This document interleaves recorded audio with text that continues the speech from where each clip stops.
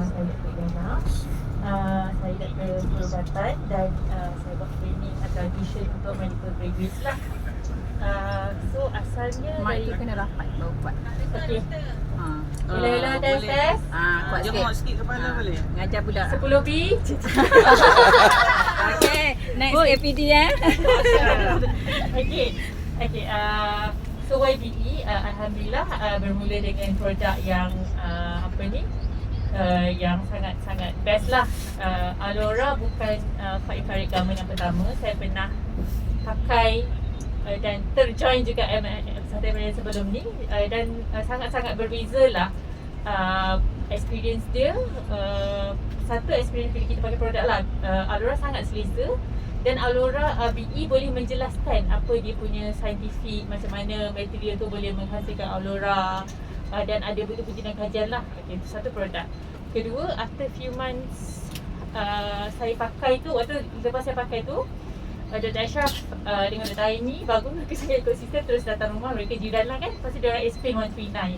Saya memang macam tak nak dengar lah, sebab kita traumatized by the previous MLM yang memang you habis berbelas ribu dan di-introduce oleh orang yang sangat kita percayalah dekat hospital kan. Okay. Tapi bila saya dengar 139 tu, kita dengar dalam keadaan sangat skeptikal tau, macam MLM lagi macam tu tapi kita dengar lah. Tapi bila saya dengar tu, saya nampak sangat mudah, senang lah berbanding dengan yang lama tu, dan you tak perlu beli pakat apa semua. Dan kebetulan waktu tu memang saya baru decide untuk berhenti kerja di sebuah corporate lah. Sebab saya realise that kerja di corporate ni ada beberapa isu lah, antaranya memang taxing kepada saya punya mental health. Okay. So bila Dr. Aisyah cakap, you nak fight ke? Waktu tu tengah tahun adalah waktu yang busy untuk saya training company. Tapi hujung tahun memang company akan sangat sakit sebab tak ada intake houseman. So saya dan husband dah cakap tau, waktu Dr. Aisyah datang rumah tu, dia kata, you tak payahlah buat benda ni MLM, kita kena datang terkena apa semua tu. Cakap, tak nak buat, nak pakai je kan. Tapi bila saya dah sihat dan saya start pergi meeting, legit apa semua, saya istirahat agak lama sebelum nak buka mulut cakap dekat husband, boleh tak I buat ni sebab we need income yang sustainable, especially end of the year semua tu. Husband dia cakap, buatlah, you pun nampak okey bila ni kan. And then sebenarnya dah banyak tahun juga saya mencari opportunity, sebab training memang tak stable lah lepas COVID. Lepas tu kita nampak dia trend houseman, macam doktor pun dah tak nak jadi doktor kat Malaysia ni kan. Asalnya adalah bila mungkin saya nampak daripada ciri-ciri saya, memang asalnya dah agak lama saya didiagnose dengan depression. Okay, major depressive disorder. Waktu tu lepas 2-3 tahun, dan lepas beberapa pakar, dan diorang decide it's bipolar. So apa yang berbeza adalah depression you can get away from it, you boleh sihat.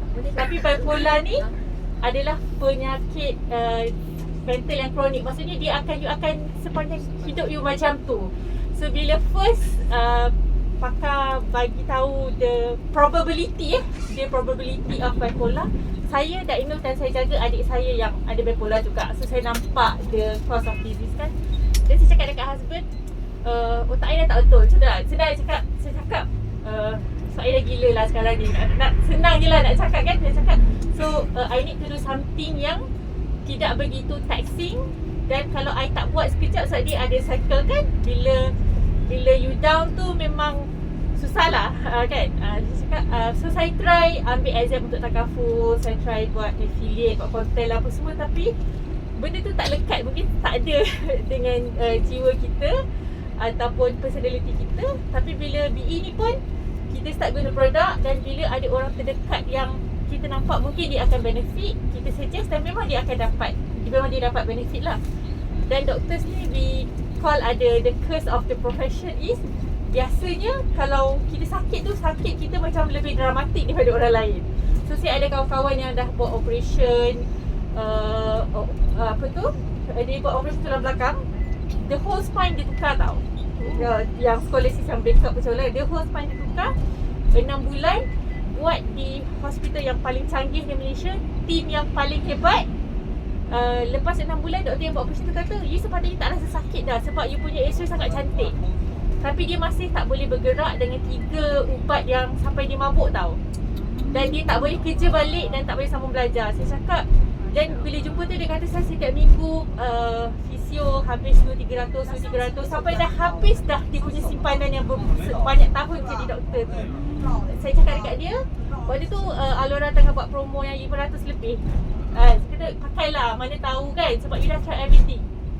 Dan dia pakai sebelum sempat esoknya saya follow up tu dia cakap, "Akak, first night dalam 6 bulan saya boleh tidur lena." So dari situ saya realise that sebenarnya benda ni memang sangat membantu dan memberi harapan dan memberi jawapan kepada ada certain field atau limitation pada modern medicine lah kan. Dan bila untuk orang yang dah pernah ada company sendiri, build your company, your apa ni, macam credibility dalam training kan. Maksudnya doktor-doktor yang muda ramaikan saya. So you nak buat balik everything dalam keadaan you ada limitation. Saya rasa BE adalah platform yang sangat mudah dan senang lah. Dan saya nak berterima kasih kepada barisan upline dan juga saya punya downline yang memahami dan support. Sebab depression ni ada masa you dah cakap buat BE lah, nak bangun tidur, nak gosok gigi, nak makan pun you tak mampu. Dan you tahu benda tu akan datang dan pergi, datang dan pergi, datang dan pergi kan. So BE ni is a safe place untuk mereka-mereka yang doakan. Adik saya pun ada diagnosis yang sama dan saya cuba pujuk.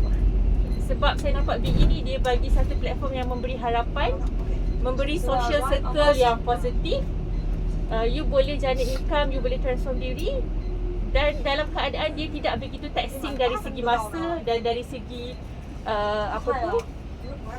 mental health punya risk lah, betul tak kan?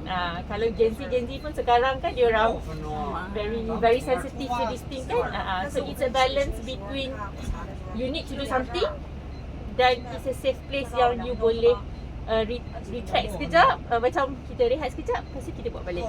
Dan benda tu tidak hilang. Dan benda tu it's very beautiful lah. So saya bersyukur dan sangat berterima kasih pada husband yang sangat supportive, pada barisan upline saya sekali lagi, especially RCC Emo dengan RCC Alibah yang sangat-sangat memahami dan sangat-sangat berempati lah kan.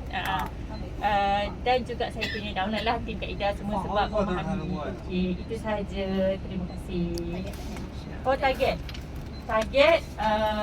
ni kita 4 orang kan. Kalau double up insyaAllah 6 ke 8 lah betul.